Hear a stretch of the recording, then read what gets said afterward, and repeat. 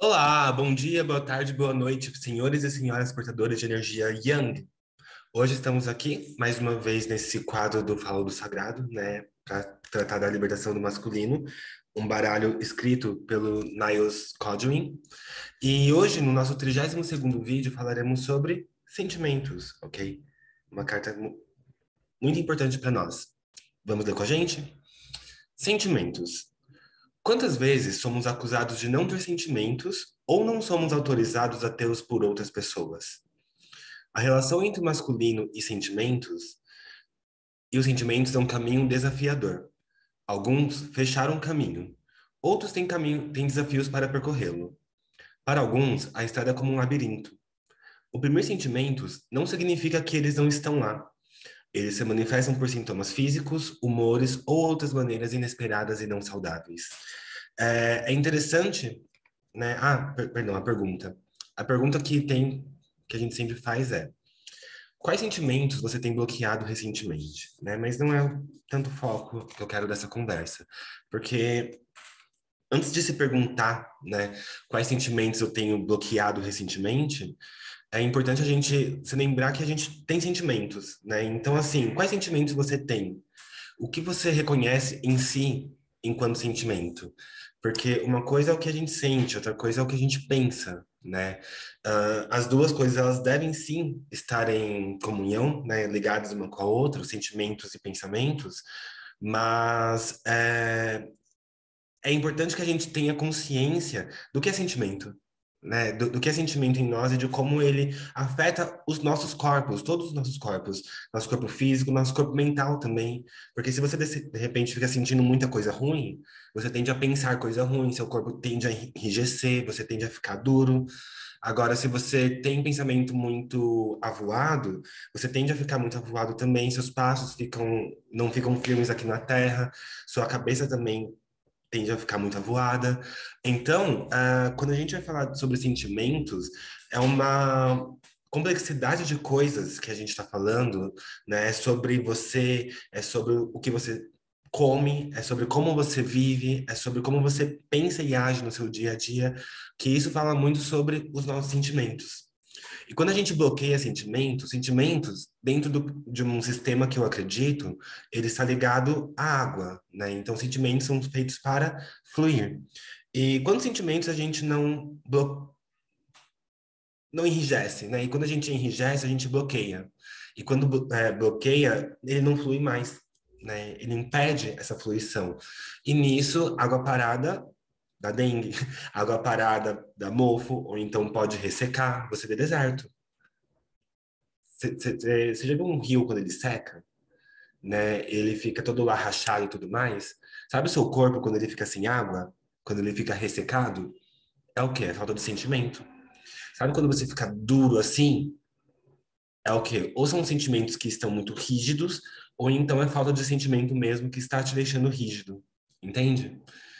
Então, quando a gente vai falar sobre sentimentos, é importante a gente é, primeiro se lembrar que a gente sente, né? Nós, seres humanos, somos dotados de sentimentos, e não é só um, não, são vários.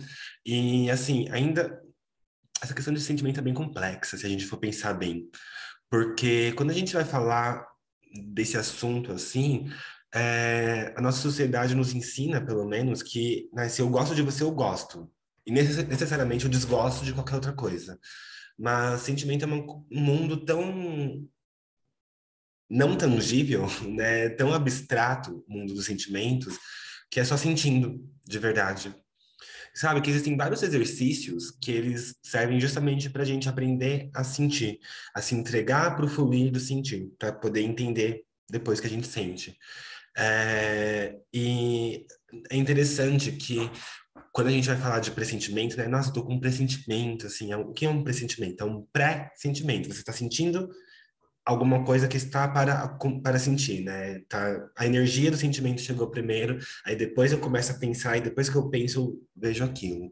E isso me lembra muito a famosa frase de que toda a vida vem da água, né? De que toda a vida vem do mar. Tudo começa na água. Dentro do baralho cigano, quando a gente vai jogar a mesa real dos cinco elementos, a primeira linha é a linha das águas, que representa o quê? Representa as nossas emoções, os nossos sentimentos, como que a gente está fluindo na nossa vida, e baseado nisso, como que a gente está vivendo. Porque a forma que a gente sente reflete muito como a gente vive, como a gente pensa, como a gente come, né? O nosso corpo é composto de 70% de água, o que numa linguagem energética a gente pode falar brincando, né, que 70% do nosso corpo é sentimento. E é importante, então, que a gente esteja sempre buscando renovar os nossos sentimentos, renovar aquilo que a gente sente, como a gente sente, por que a gente sente, é, mudar, se for o caso, a nossa forma de pensar. É muito importante ter esse movimento. A água sempre se movimenta, né? Então é sempre importante ter esse movimento para com que você possa cada vez mais se reconhecer enquanto ser humano que sente, sentir coisas, na verdade, buscar sentimentos que sejam mais coerentes com aquilo que você deseja para sua vida, porque às vezes a gente tem sentimentos que não são bons e a gente pode mudá-los, né? A gente pode transformá-los, a gente pode é, ressignificá-los, né? A gente pode transformar uma mágoa, né? Uma água parada, um sentimento ruim, em algo positivo. Isso não quer dizer mudar o outro, né? Isso, na verdade, quer dizer muito mais sobre si mesmo. A gente pode aprender a fluir mais na nossa vida e aprender a viver baseado no que a gente está sentindo, o que vai nos dizer muito bem para onde ir, para onde não ir e tudo mais, né? Isso tudo é baseado no autoconhecimento. No conhecimento do quê? Não só daquilo que você sabe, mas em especial dos seus sentimentos. E te falar, gente, homem sente, viu? A gente homem, eu não me enquadro nesse padrão, não, que bom, nesse ponto. Mas, enfim, muitos homens, eles não se permitem sentir, como que falam, né? A relação entre homem e sentimento da nossa sociedade, então a relação entre a energia yang e o sentimento é muito conflituosa, graças a um histórico social que a gente vive, sócio-histórico, na verdade. É graças a um contexto sócio-histórico que a gente vive, pronto. E o que acontece? A gente precisa olhar para a gente enquanto seres que, sim, somos dotados de sentimentos. Não importa quem você seja, não importa seu sexo biológico, não importa sua orientação sexual, você tem sentimentos. Né? Sentimento, ele é inerente ao ser humano. Sentimento, ele é do âmbito dos sentimentos. Tanto que animais têm sentimentos, plantas têm sentimentos, entende? É um outro plano que ele não é físico. Ele atinge o físico, mas o sentimento não é físico.